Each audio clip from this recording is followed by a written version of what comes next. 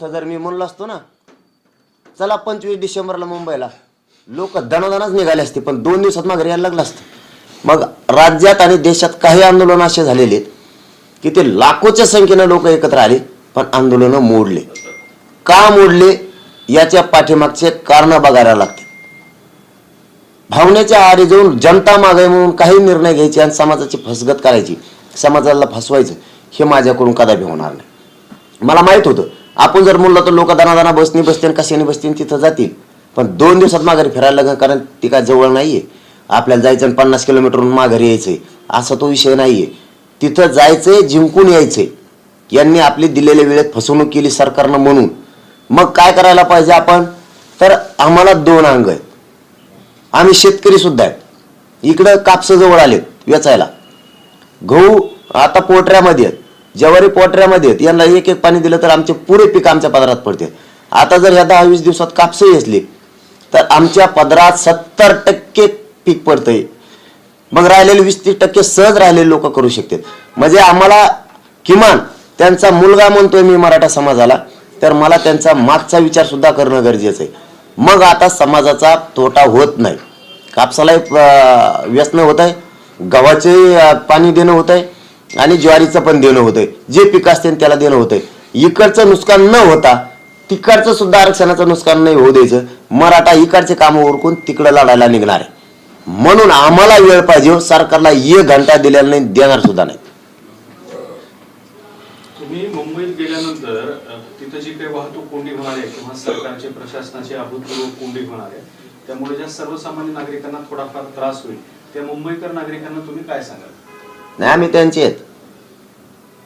आम्ही आतापर्यंत गोरगरिबांनी इकडे कष्ट केले, तिथं त्यांना मोबदला का घेणार, परंतु भाजीपाला दिला, दूध दिले, सगळं आम्ही इकडून कष्ट करून तिथं पुरवलेलं आहे। ते लोकांचे नाही आहेत मुंबईतले। जर आमची ही भावना आहे तुमच्याविषयी, आम्ही सगळं तुम्हाला दिलंय, इकडून धान्य काय लागतंय ते दिलंय, म्हणजे कष्ट केलेत इकडच्या ह्या गोरगरिबांना, कारण हे सुद्धा तुमचेच आहेत, तुमच्याच रक्तामासाचे राज्यातले लोक आहेत। यांनी इकडे कष्ट केले, तिकडचा आपला भाऊ नाही मरू दिला जरी मोबदला घेतला असला तरी, परंतु तेच लेकरं आज सुशिक्षित बेकार बनाले तुमचेच, ते तुमच्याकडे आलेत। उलट त्यांच्या मुंबईतल्या प्रत्येक जाती धर्माच्या बांधवांनी स्वागत केलं पाहिजे की या तुम्ही, तुमच्या न्यायासाठी आम्ही सुद्धा सोबत आहेत। होऊ द्या, थोडे हाल होतील आमचे झाले तरी, तुम्ही या, तुम्हाला न्याय मिळाला पाहिजे। तुम्ही सगळं देश जगवताय, रात्रंदिवस शेतकरी म्हणून कष्ट करताय, अन्नधान्य या देशाला पुरवताय, आणि तुमचेच लेकरं फाशी यायला लागलेत, आत्महत्या करायला लागले। तुमच्या लेकराला आरक्षण मिळालं पाहिजे, ते मोठे झाले पाहिजे, आम्ही सोबत आहेत तुमचे। थोडेफार आम्ही वेदना सहन करू, थोडाफार त्रास सहन करू शहरात, तुम्ही या, आमची आम्ही तयार आहे तुमचं। तुम्ही आम्हाला गलास भरून पाणी द्यायला पाहिजे, या तुम्ही।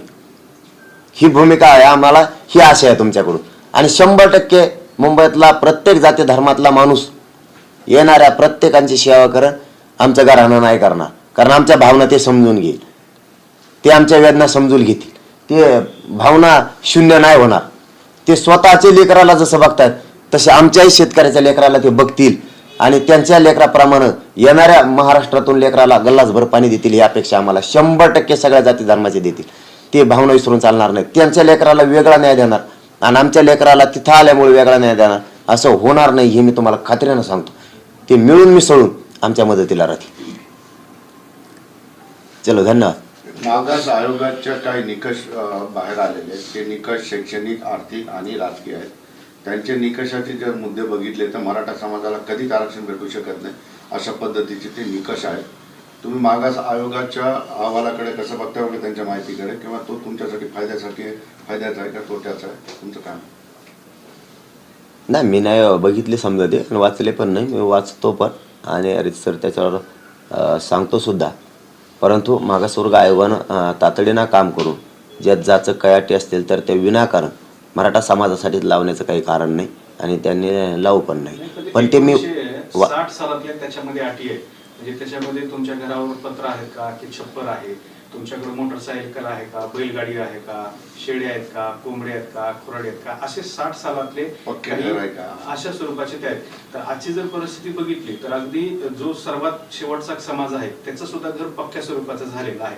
त्यामुळे ते जे निकष ठरवण्यात आलेले आहेत मागास तर ते निकष बदलण्याची गरज आहे। त्या निकषामुळे सुद्धा मराठा समाज मागास ठरायला अडचणी यायला लागल्या। असं असेल तर बदलायला पाहिजे। नसतं मग जे आम्हाला निकष लावलेत तेच बाकीच्या आरक्षणाला सुद्धा लावावं लागतील. हो, मग सुट्टी नाही देणार आम्ही सुद्धा. मागासवर्ग आयोग जर अन्याय करणार असेल मराठा समाजावरती तर जो आम्हाला लावलाय तो मग बाकीच्या आरक्षणाला सुद्धा लावावं लागणार आहे. हो, त्यांना सुद्धा बाहेर काढावं लागणार. म्हणजे आम्हाला एक नाही आणि त्यांना एक नाही असं नाही होणार. मग त्यांना हे करावं लागेल. पण तरी मी ते बघतो. परंतु विषय मी त्याच्यासाठीच तिकडचा नको म्हणतो. मी त्याच्यासाठीच तिकडचा विषय नको म्हणतो. आमच्या इथं नोंदी मिळाल्यात ना, मराठा आणि कुणबी एक याच्यासाठी काय पाहिजे तुम्हाला पुरावे ते मिळालेत ना. ओबीसी आरक्षणात मराठा आहे सरसकट देऊन टाका. यासाठी मी मत असतो ते लफडं नको तिकडचं. हा बघ, असं आम्हाला परत झुंजायला लावते. त्या सुप्रीम कोर्टातलं आरक्षण पुन्हा ते क्युरिटी पिटिशनच्या माध्यमातून ते परत वर जाईल. हे असल्या आयोगाचे परत निकष देतील. पुन्हा आमचे पहिले पाडे पुन्हा वाचायला लावतील. पुन्हा मराठ्यांच्या वाट्याला संघर्ष. हा बघ, मी पहिल्यापासून शंका व्यक्त करतो ना. हा बघ, हे मग हे येते.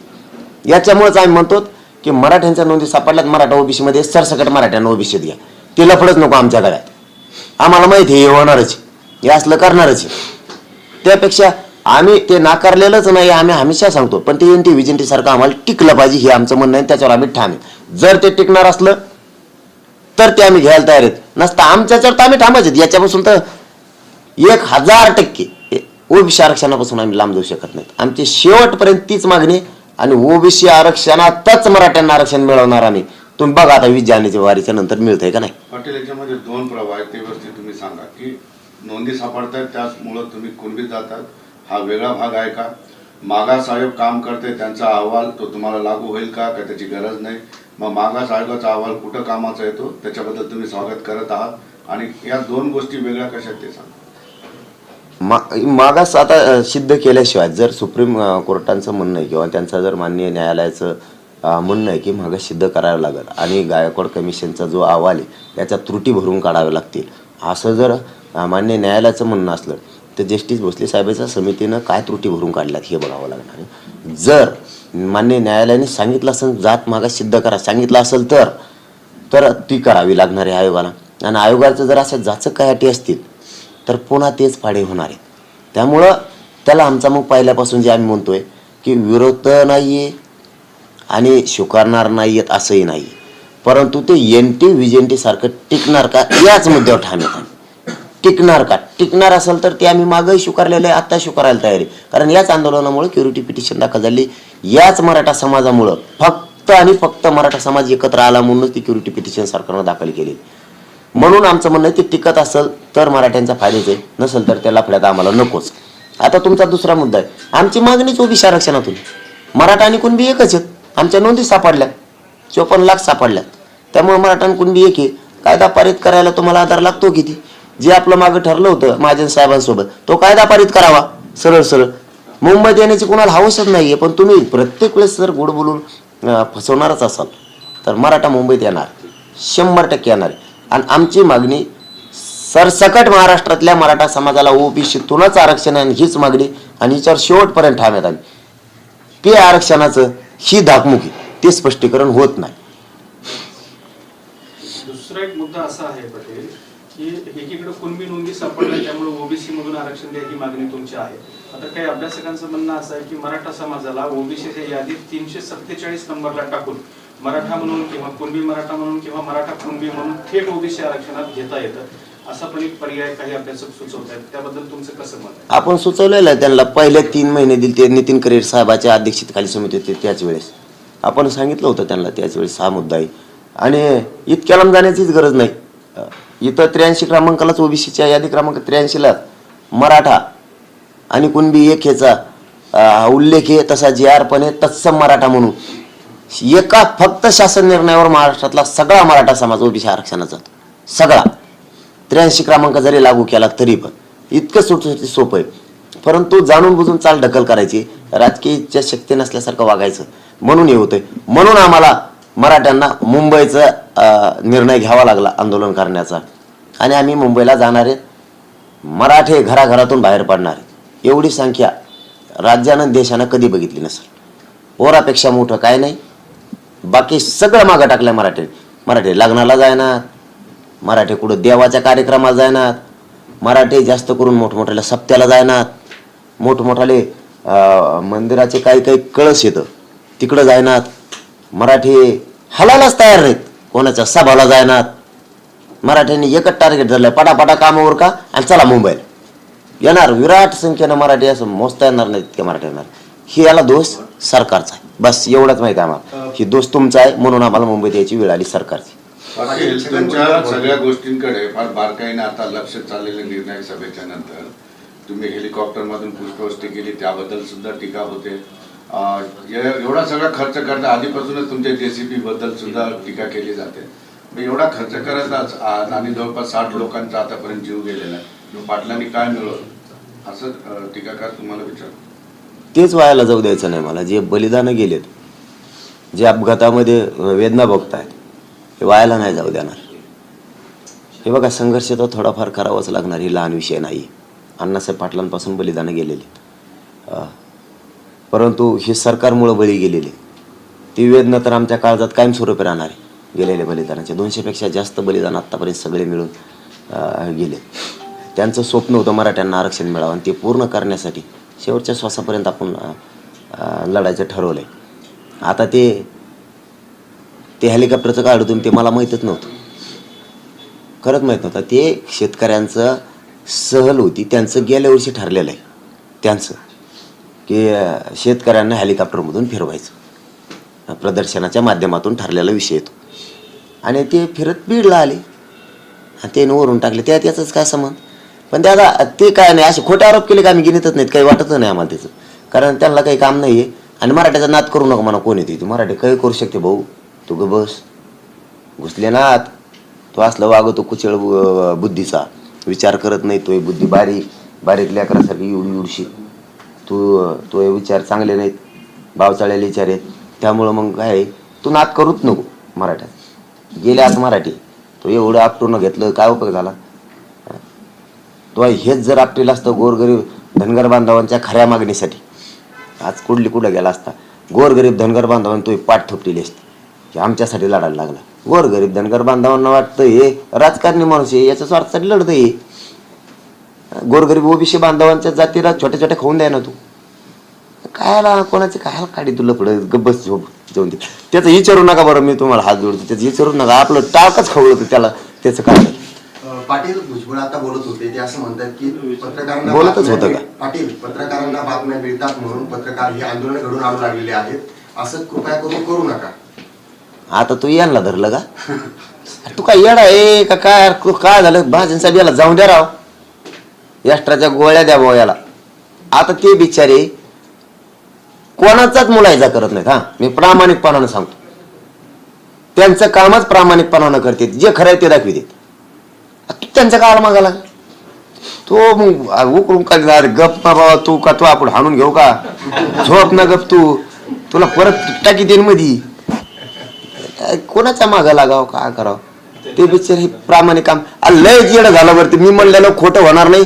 लोकांनी भजे खाऊन टाकलेले, कागद जिलाबी खाऊन टाकले, कागदच खाणार आहे ते थोड्या दिवसात. गपराय मग ऐक बिटनू, एक मी बारीक पोर गे मग घ्यायक सांगला तू गप झोप बिटन नको. अरे तुला काय सांग, अरे याला सांग अरे कोणीतरी. त्याच्याच मतदारसंघातला एक प्रश्न उद्भवला आहे. कांदा प्रश्न तिकडे, कांदा उत्पादक शेतकरी त्या भागात मोठ्या प्रमाणात आहे. तर कांद्याला भाव चांगला मिळाला नाही, अनुदान दिलं गेलं, तर त्या अनुदानाचा पैसा शेतकऱ्यांना मिळत नाही. त्यामुळे त्या परिसरातला शेतकरी, एकंदरीत महाराष्ट्रातला शेतकरी हवालदिल झालेला आहे. कृषी मंत्र्यांना माझी जाहीरपणानं विनंती, मी शेतकऱ्यांचा पोरग आहे, ते त्याच्या मतदारसंघाबद्दल नाही बोलणार मी.